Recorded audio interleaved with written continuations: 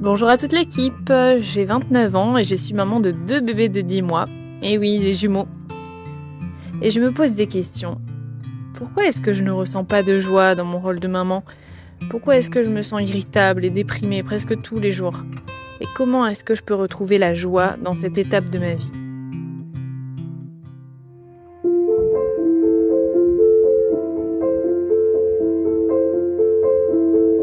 Aimez vos enfants, un podcast pour t'encourager à répondre avec joie à l'appel divin de la maternité.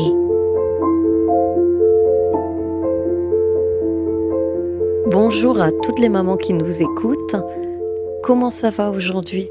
On est heureuse de vous retrouver pour continuer ces réflexions et pour qu'on puisse s'encourager à la lumière de la vérité de la parole de Dieu et de sa sagesse. Aujourd'hui, on aimerait parler un peu de la joie.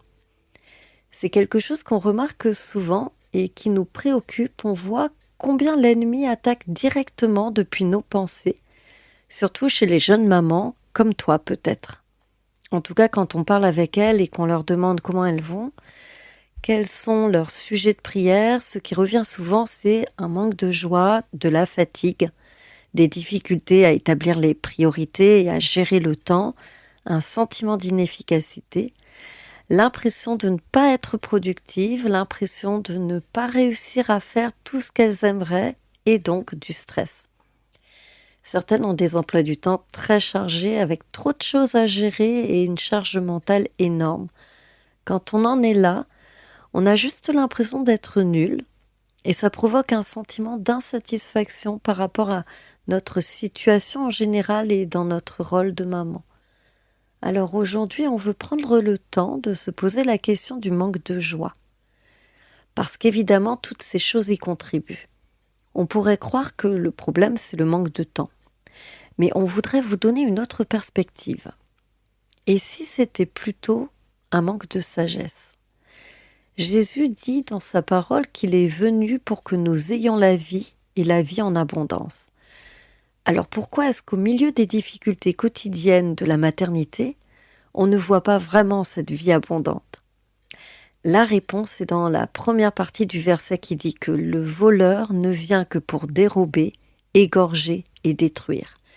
Et la vraie question, c'est plutôt, quelles sont les portes que les mamans d'aujourd'hui ouvrent et qui laissent entrer ce voleur qui vient leur retirer la joie et tuer leur paix? Il y a un lien, un vrai lien entre la sagesse de Dieu, la sagesse divine et notre joie. Autrement dit, je vais avoir de la joie dans la mesure où j'applique la sagesse de Dieu. Donc, plus j'applique sa sagesse, plus ma joie sera grande. Donc, il y a une relation entre la sagesse divine et cette vie abondante que nous avons en Christ. Alors la question c'est, est-ce que finalement, on ne vit pas cette vie abondante et cette joie parce qu'on ne vit pas avec sagesse? Parce que la Bible dit que la sagesse conduit à la joie. Regardons ensemble ce que dit Proverbe 3, les versets 13 à 18. Heureux l'homme qui a trouvé la sagesse et l'homme qui possède l'intelligence. Déjà dans ce premier verset, on voit cette relation qu'il y a entre le fait d'être heureux et d'avoir trouvé la sagesse ou l'intelligence. Il y a une bénédiction lorsqu'on a cette sagesse. Continuons. En effet, le bénéfice qu'elle procure est préférable à celui de l'argent, et le profit qu'on en tire vaut mieux que l'or. Elle, la sagesse, elle est plus précieuse que les perles, elle a plus de valeur que tout ce que tu pourrais désirer. Une longue vie est dans sa main droite, dans sa gauche se trouvent la richesse et la gloire.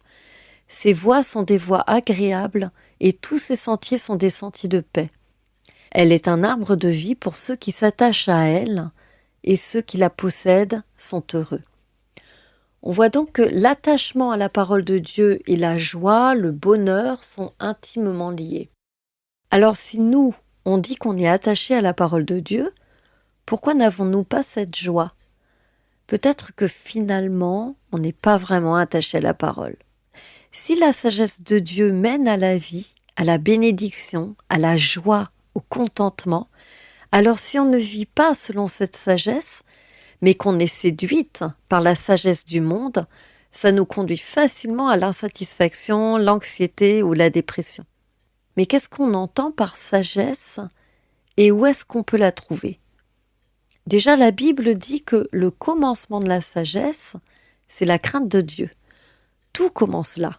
On le reconnaît comme Dieu, on mesure qui il est, on le révère pour qui il est, on l'adore, on commence à lui obéir et il nous guide par sa sagesse et les choses vont changer et on y trouve cette joie. La sagesse, c'est un savoir qui transforme notre esprit et qui remplit notre pensée. Ce n'est pas seulement savoir faire la différence entre ce qui est bien ou mal, mais savoir choisir entre ce qui est bien et ce qui est excellent. C'est savoir l'appliquer à la vie quotidienne. Cette connaissance théorique s'applique concrètement dans la vie de tous les jours, de façon pratique. Quand on connaît la vérité, qu'on la médite, qu'on remplit notre esprit de cette vérité, qu'on l'assimile, qu'on la vit et qu'on bâtit nos vies sur elle, on trouve une véritable joie. Ça impacte nos pensées, nos désirs, nos décisions, nos priorités, notre façon de gérer notre temps, nos attitudes, ce que nous choisissons de faire ou de ne pas faire. Toute la perspective sur nos vies change d'une manière ou d'une autre. Alors quand tu ressens de l'anxiété ou de la tristesse, c'est un signal d'alerte. Tu dois te demander dans quel domaine de ta vie tu t'es éloigné de la sagesse de Dieu. Dans quel domaine tu t'es laissé séduire pour chercher la joie ailleurs que dans les voies de Dieu. Peut-être que tu as cru aux mensonges du monde, à ce qu'il offre, à ses valeurs, à ses priorités, ou même à des choses insensées. Et quand nous sommes déprimés, insatisfaites, anxieuses ou sans joie, nous devrions nous demander si nous n'avons pas acheté les mensonges du monde, si on ne s'est pas laissé avoir jusqu'à accepter la dite sagesse du monde dans notre quotidien. Et on se retrouve avec un pied dans la parole de Dieu et un autre dans les mensonges de la société. Et là, on parle de rejeter la beauté de la maternité, par exemple. Car le monde ne donne pas beaucoup de valeur à la maternité.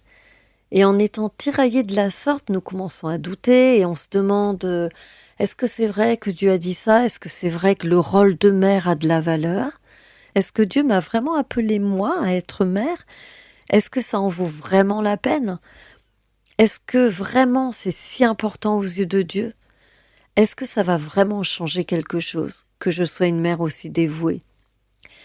Mais tout ça, c'est ce qui vole notre joie, parce que ça nous éloigne de ce que Dieu a dit. Nous commençons à douter parce que nous croyons les mensonges du monde. Si on pouvait analyser chaque mauvaise pensée, chaque péché ou notre manque de joie, on trouverait à sa racine un mensonge qu'on a cru. Car tout commence dans la tête. La guerre débute dans nos pensées. Et cela influence nos émotions. Et parfois nous acceptons des idoles, des slogans, des mensonges que le monde nous présente comme réels. Tout est son contraire parfois. Par exemple, tu peux être maman et t'investir pour ta carrière et faire tout ça parfaitement, sans problème. Ou alors, tu devrais faire autre chose pour t'épanouir parce que le rôle de maman ne te le permet pas. Tu vas juste t'oublier. Mais ça peut aussi être la maternité, c'est juste magnifique. Tu peux garder ta routine et ce n'est que du bonheur. Ou une bonne maman a des enfants obéissants et qui auront la foi. On a aussi, si c'est difficile pour toi, c'est peut-être que tu n'es pas faite pour être maman. Et tout ça, ce sont des mensonges. Ce n'est pas ce que Dieu dit, ce n'est pas la réalité, la vérité. Donc on est divisé dans ce qu'on croit et forcément on ne peut pas trouver de la joie dans ce qu'on vit. Et il faut qu'on fasse attention où on va chercher la sagesse, les idées et ce qu'on applique dans nos vies. Il faut veiller à évaluer nos vies selon la perspective correcte. La société et ses courants nous amènent dans une certaine direction. Par exemple, avec les réseaux sociaux, on nous vend des modèles de vie qui ne correspondent pas du tout à la réalité et on peut vite se faire attraper et être influencé par tout ça. Mais la sagesse, la vraie, la réalité, on la trouve dans la parole de Dieu. Elle est notre manuel de vie. Elle nous enseigne quelles doivent être nos priorités à chaque étape de notre vie. Elle nous dit ce qui a de la valeur aux yeux de Dieu. Par exemple, la maternité, qui a un rôle stratégique dans son royaume. La parole de Dieu nous donne la définition de ce qu'est le succès. Et pour Dieu, ce n'est pas de monter toujours plus haut, mais c'est de s'abaisser. Si on est d'accord avec ça, on peut être rassuré que l'on marche dans ses voies selon ses principes.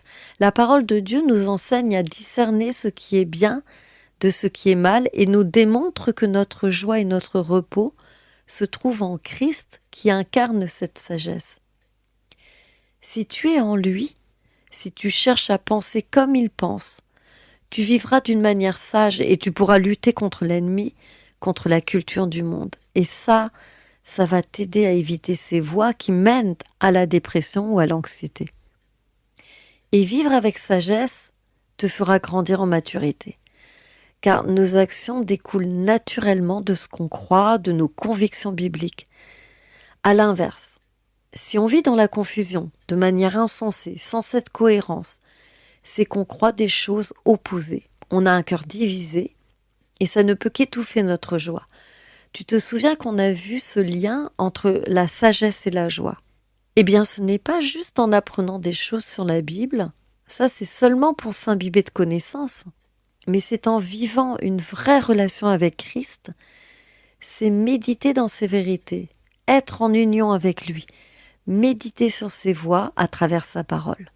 C'est ça qui va construire comme une forteresse pour ton esprit, qui va te protéger et ramener chaque émotion, chaque pensée captive sous l'obéissance à Christ.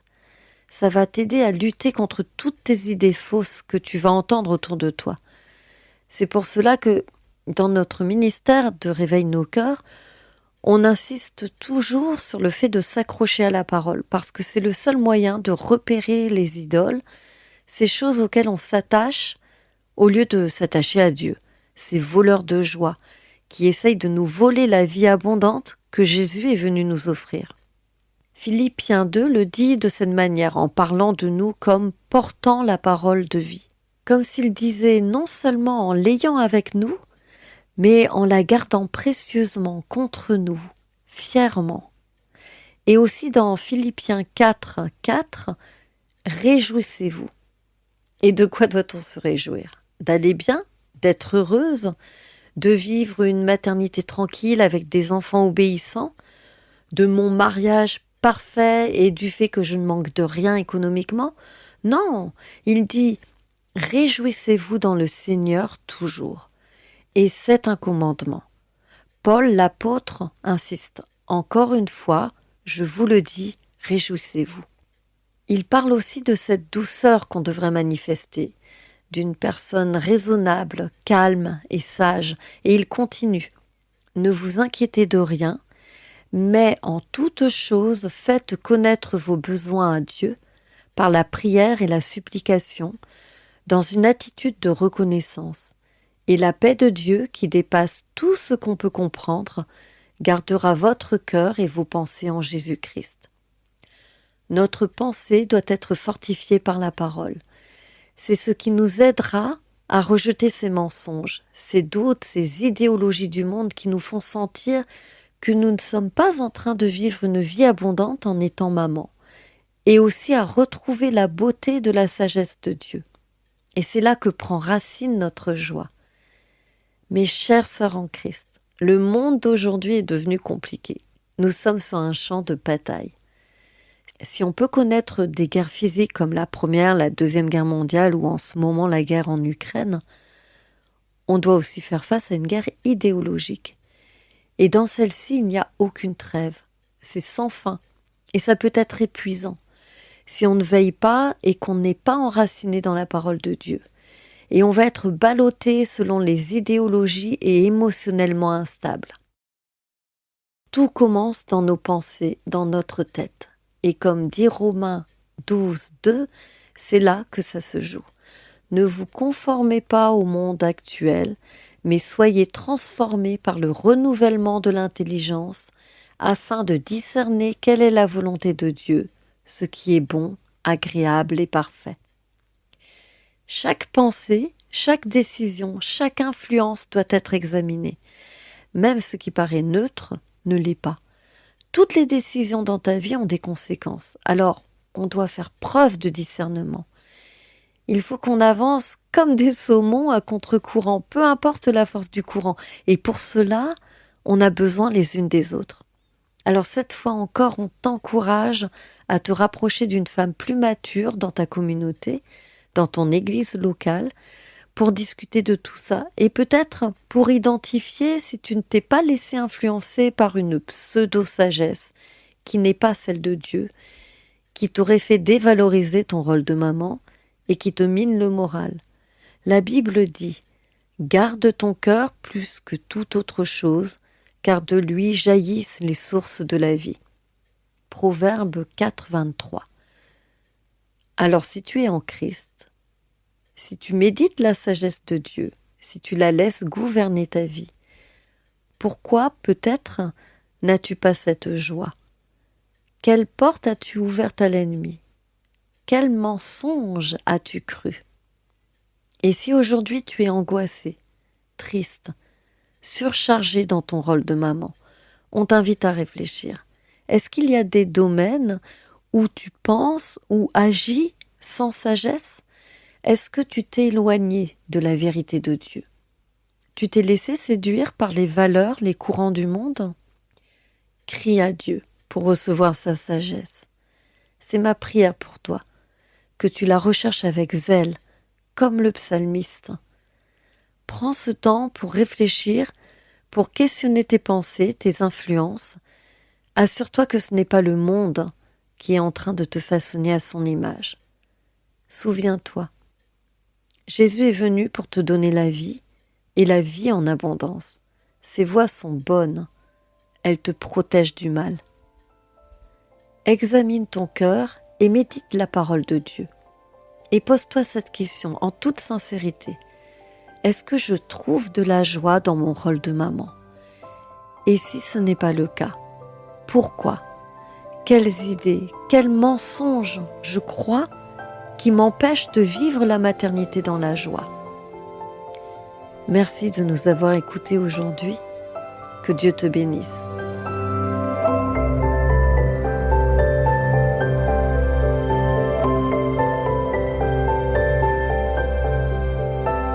Aimez vos enfants est la version française de Que amen a sus hijos, un podcast de Aviva Nuestros Corazones, traduit de l'espagnol pour réveiller nos cœurs, qui encourage les femmes à la liberté, la plénitude et à porter du fruit en Christ. Bientôt, de nouveaux épisodes sur notre site internet et sur toutes les plateformes de podcasts numériques.